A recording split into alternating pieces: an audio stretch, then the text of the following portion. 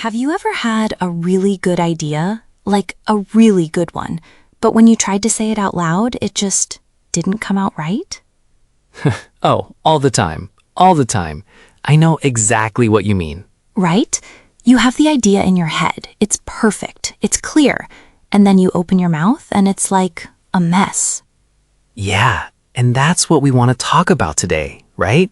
Communication. Exactly. Today on English Talking Today, we're talking about how to communicate better.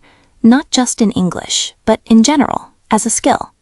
This is such a big topic because a lot of people think communication just means talking a lot or knowing a lot of words. Right, but that's not really true, is it? No, not at all. Let me give you an example. Imagine you go to a party and someone walks in wearing a really beautiful outfit, really stylish. Okay, I'm imagining it. You think, wow, this person is going to be so interesting. But then they open their mouth and it's kind of boring or confusing. Oh no, that's like a nice box with nothing inside. Yes, exactly. That's a great way to say it. Communication is how you show people what's actually inside the box, your ideas, your feelings. So, let's slow down here for our listeners. Feelings, this means the emotions you have inside. Happy, sad, nervous, these are your feelings. Right. And if you can't share your feelings clearly, it's hard to have good relationships too, not just at work. That's true. I think a lot of arguments between friends or even family happen just because people don't say what they really mean. Yes, a simple conversation can fix so many problems, but only if you know how to communicate. Let's give some examples. Where is communication really important? Okay, let's think about hotels. Hospitality. This word, hospitality, means taking care of guests, making them feel welcome. Right, like at a hotel or a restaurant. Exactly. So imagine a guest at a hotel has a problem. If the staff member communicates well, they can solve it fast, and the guest feels happy. But if communication is bad, Then the small problem becomes a big problem, maybe even a bad review online. oh, that's such a good example. And what about business? I feel like communication is everything in business. Totally. Whether you're presenting an idea or, this word, negotiating. Do you know this word? Tell us, David. Negotiating means talking with someone to reach an agreement, like deciding on a price or deciding on terms for a deal. Oh, that's useful. I'll use that. I was negotiating my salary. Perfect example. So in business, if you communicate well, people trust you. They follow your ideas. And what about teachers? I think this is important too. Oh, definitely. A teacher with strong communication skills can make difficult topics simple, interesting even. But a teacher who can't explain well, The students get bored, they lose interest, and honestly, they don't learn much. it's the same with even small things, like explaining a recipe to a friend. Right, or asking for directions somewhere. Communication is really the bridge between what you think and what other people understand. I like that, the bridge. Because without the bridge, your idea just stays stuck inside your head. Okay, so now let's talk about a big myth. A myth is a false belief, something people think is true, but it's not. And the myth today is good English equals good communication. Ooh, this is a big one, because a lot of our listeners think if my English gets better, my communication will be perfect. But that's not always true. Let me tell you a story. I went to a conference once. Oh, tell me. There was a speaker. Perfect grammar, big vocabulary, very fluent. Sounds impressive. But after 5 minutes, the whole room was falling asleep. People were, zoning out. This means losing focus, not paying attention anymore. Oh no. So what happened? He was just reading from his slides. No energy, monotone voice, no connection with the audience at all. So his English was perfect, but his communication was not good. Exactly. Now, compare that to a story from India. I met a tour guide there in a small town. Okay. His English was very basic. Simple grammar, small vocabulary, but the way he spoke, wow. What was special about him? He smiled all the time. He used his hands to explain things. He looked at us in the eyes. He told small, funny stories about the town. So even with basic English. Everyone was completely focused on him. Nobody was bored. That's true communication. I love that story.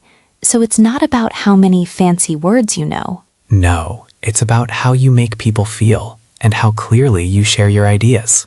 Okay, let's go a little deeper. What actually makes communication strong? Like, what are the parts of it? Great question. So, did you know that words are only about 7% of communication? Wait, really? Only 7%? Yes, just 7%. So what's the other 93%? Nonverbal things. This means things without words. Eye contact, body language, the tone of your voice. Let's break these down one by one. First, eye contact. Eye contact means looking at someone's eyes when you speak, or when they speak to you. The better you get. So, where should someone start? First, read. Read books, articles, anything. This helps you build your vocabulary. And write, even just a little journal every day. Writing helps you make your thoughts clear. Oh, and watch good communicators. Interviews, YouTube videos, even short clips of people speaking well. Yes, watch how they use tone, how they use their hands, how they connect with people. And listening too, right? Podcasts, audiobooks. Even just listening to real conversations around you. This trains your ear. Here's a small tip I really like. Keep a notebook for new words. Oh, a vocabulary notebook. Yes. When you hear a new word or phrase, write it down, then try using it in a real conversation. That's such a simple but powerful habit. And most important, practice.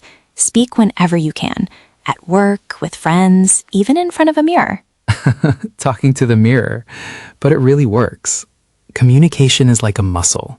The more you use it, The stronger it gets. okay, now let's talk about something I really believe in. The pay to gain idea. Pay to gain. What does that mean? It means nothing good comes for free.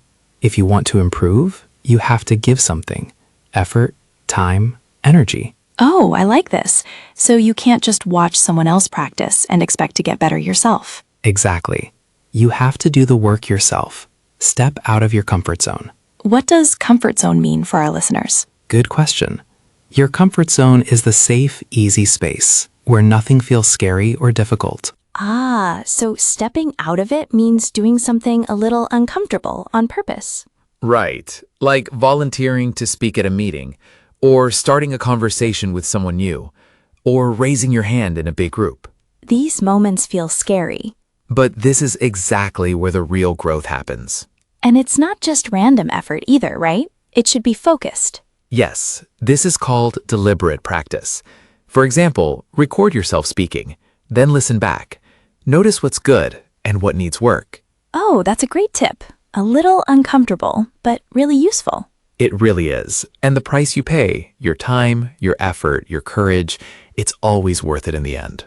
Okay, last point. Determination. This word means staying strong and committed even when things are difficult. Yes, determination is the bridge between where you are now and where you want to be. Without it, all these tips we shared today, they won't really help much. Right. Determination means taking responsibility for your own growth. No one else can practice for you. It's about showing up every day. Even small progress counts. Exactly. And remember, improvement never happens overnight. It's slow, but it's real. Okay, David, I think we've covered so much today. We really have. From why communication matters, to busting the big myth, to the real building blocks of good communication. So let's bring it all together for our listeners. Communication is not about perfect English or fancy words. It's about connection. Eye contact, body language, tone, and being proactive. These matter more than you think. And remember, this is a skill. You can learn it, just like any other skill, with practice and determination. So, starting today, try one small thing. Maybe make more eye contact, or watch your tone of voice. Small steps really do add up. They do. Thank you so much for spending this time with us today. If you enjoyed this episode, please subscribe to English Talking Today. Give us a like and share this video with a friend who's learning English too. It really helps us keep making these episodes for you. We'll see you in the next episode. Until then, Keep practicing, keep smiling, and keep communicating. bye for now. Bye, everyone.